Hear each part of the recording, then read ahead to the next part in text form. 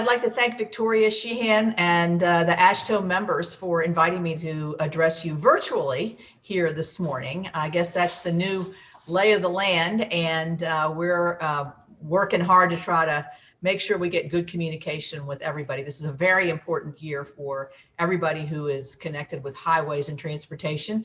I'm really honored to be here with Jimmy Riston and Bird White from West Virginia on a snowy day. I appreciate them joining, and I appreciate last time I saw them together, I believe we were up on Quarter H, and there was a lot of dirt moving that day. It was absolutely going to be a beautiful piece of highway when it's completed. It's really interesting to be addressing today because the reason I'm under a bit of a time constraint is I am leaving here to go to the White House to talk to the president about the transportation and infrastructure package that we want to put together.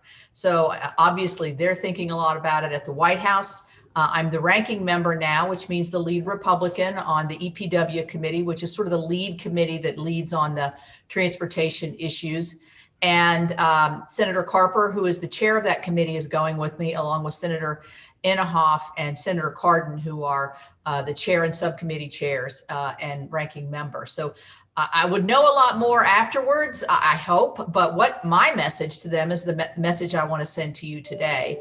And that is with working with our states and our governors, that the best thing we can do, number one, is pass a very long-term transportation bill. It would be great to go back to 6 years, but 5 years, I think, is what we're aiming for. And along with that, what we want is some flexibility. We know West Virginia is not the same as Kansas and California and New York. Everybody has different issues. And we want to give our team in West Virginia the ability to be as flexible as possible to be able to use the federal dollars in the best way that they can for our state.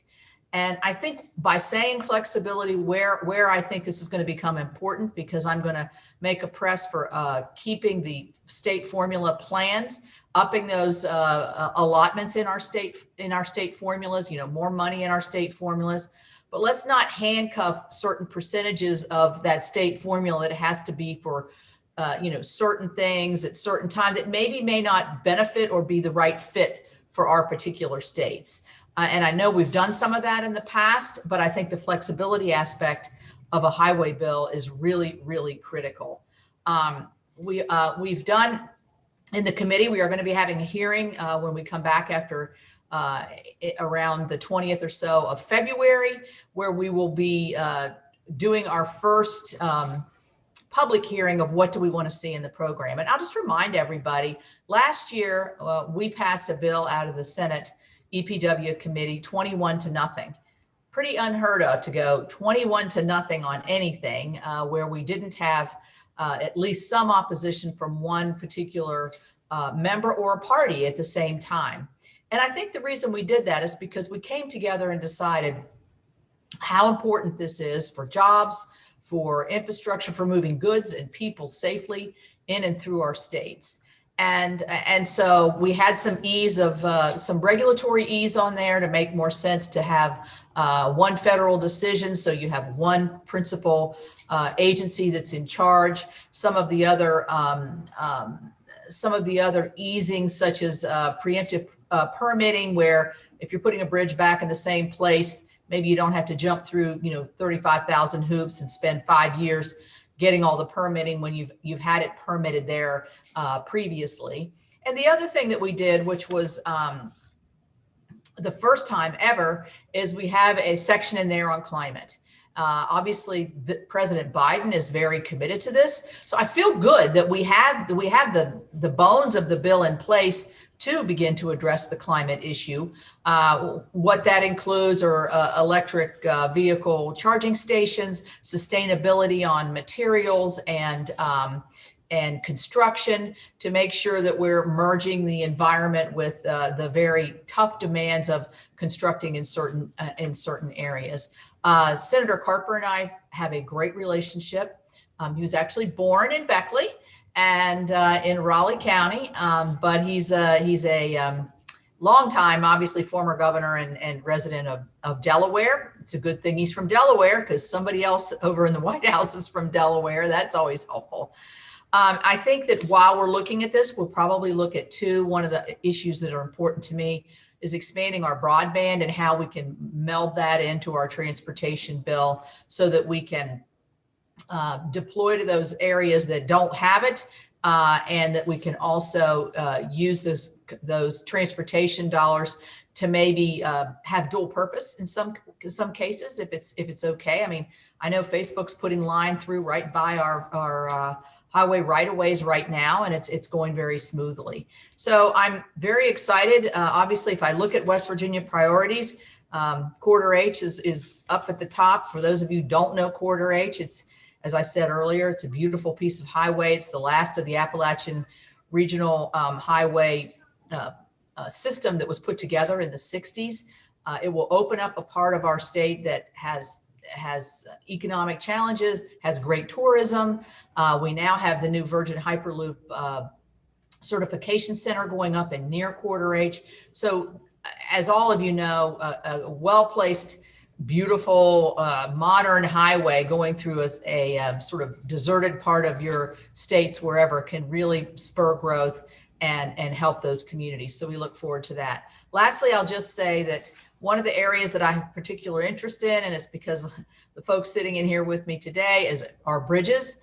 I am very concerned about the state of our deficient bridges. We have a lot of bridges in West Virginia, and unfortunately we have a lot that are deficient. Now, that doesn't mean they're going to fall down tomorrow, but it does mean that if we don't pay attention to them and if we don't devote the resources, that we're going to have large problems into the future, and we know very expensive ones. So I would like to see us really devote some of our transportation highway dollars to the restoration, maintenance, construction, however might be deemed proper to get our bridges up to the safest standards that we possibly can. So I want to thank my folks in West Virginia at the Department of Transportation. They've been great with me all the way through. Communication with your offices is tremendously important. So I thank you at AASHTO and Victoria. I thank you too for allowing me to come in and visit a little bit today. Senator, we really appreciate you. You've been a real champion for us, and we certainly recognize it and appreciate it. Thank you.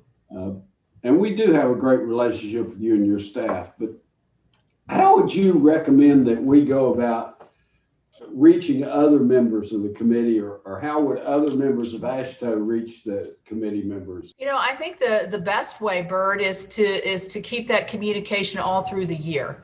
Not just at the heightened times maybe of an appropriations year. One thing I will say that may be a bit different this year, and this is totally swirling rumor here on Capitol Hill, which you can imagine is a lot.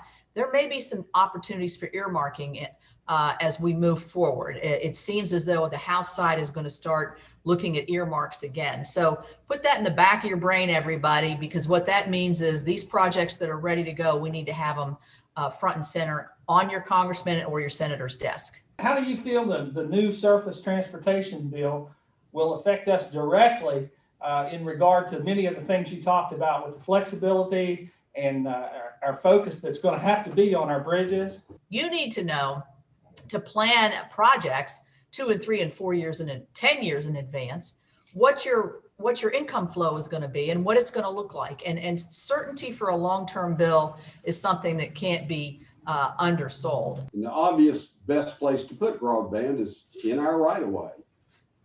And we're all for that, but we want to guard our road system while they're doing it. How do we get a seat at the table where we can help the broadband people put their broadband in our right of way without damaging our infrastructure? Got a lot of brain power in terms of, you've got the power companies that are getting involved in this, and I think they can, so I think it's just a matter of convening everybody at the table, finding out where our gaps are, and then pulling from other sources. I understand highway dollars are precious. So the last thing you want to do is spend a highway dollar on what you don't think is your core function. Senator, we really appreciate you. Let us know if there's anything we can do for you. Will do. Thank you. Thank you.